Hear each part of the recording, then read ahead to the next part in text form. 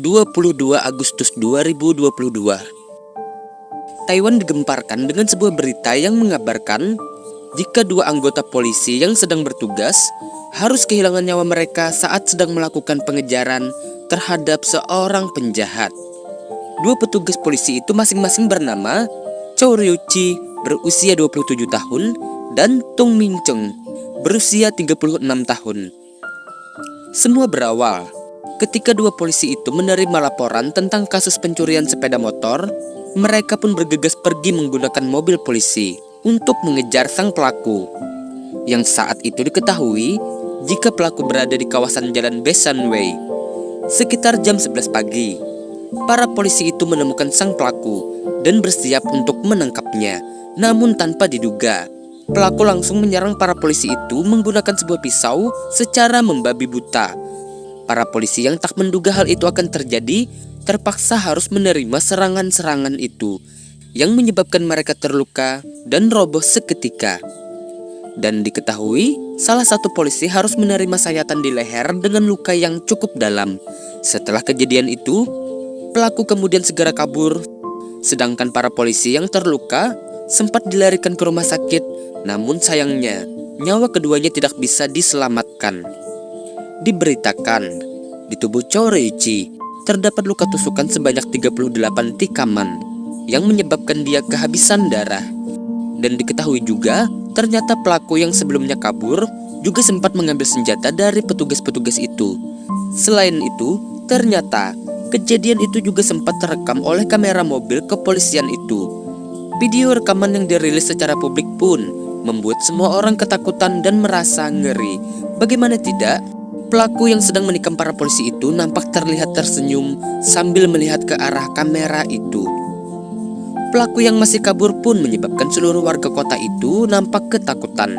Akhirnya para kepolisian pun mengerahkan seluruh anggotanya untuk segera melakukan penangkapan terhadap sang pelaku. Mereka melakukan pemburuan itu dengan menyebar ke seluruh kawasan kota.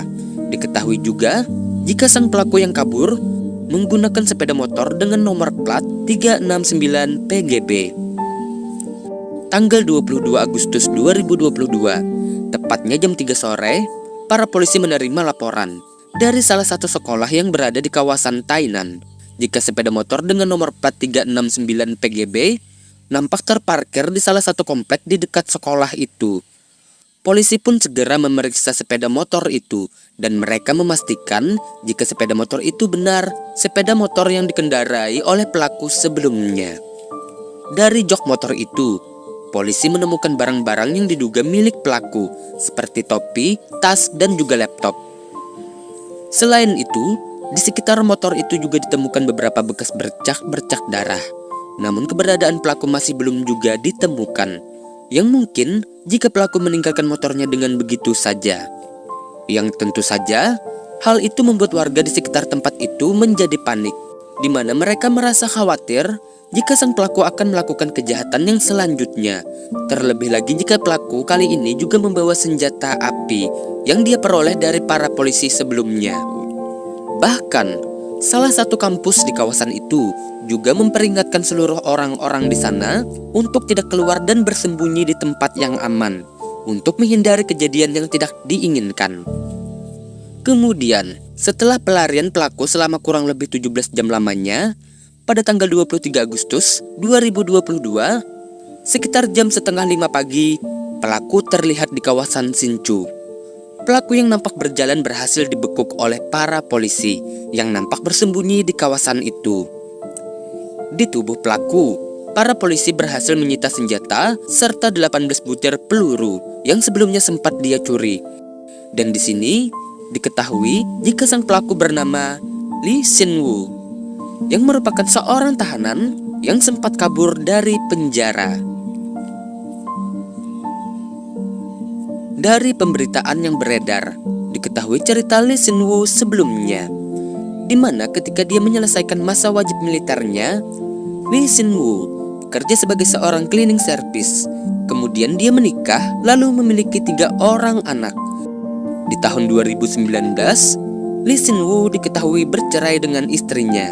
Dan setelah itu diketahui lagi jika dia kembali mempunyai istri yang saat itu sedang mengandung anaknya. Namun dia kehilangan pekerjaannya di kala itu dan dia pun mulai berencana untuk melakukan perampokan. Di akhir tahun 2019, Lee Sin Woo melakukan perampokan sebanyak 3 kali. Dan atas perbuatannya itu, Lee Sin Woo pun akhirnya dijatuhi hukuman penjara selama 7 tahun. Tetapi ternyata dia berhasil kabur dari penjara itu. Dalam aksinya merampok, Lee Sin Woo selalu menggunakan metode yang sama. Dia akan terlebih dahulu mencuri sepeda motor, kemudian merampok dengan berbekal senapan angin. Kasus terbunuhnya 2 aparat kepolisian yang sedang bertugas kali ini juga sempat menggemparkan warga Taiwan hingga ke elit pemerintahan.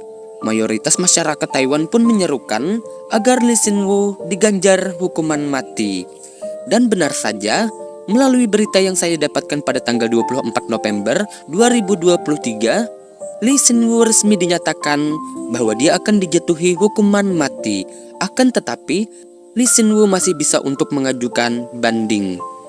Dan inilah kisah dari Lee Sin Woo, seorang tahanan yang sempat kabur dari penjara. Terima kasih sudah menonton. Mohon maaf jika ada kesalahan kata, cerita atau penyebutan nama. Akhir kata, sampai jumpa.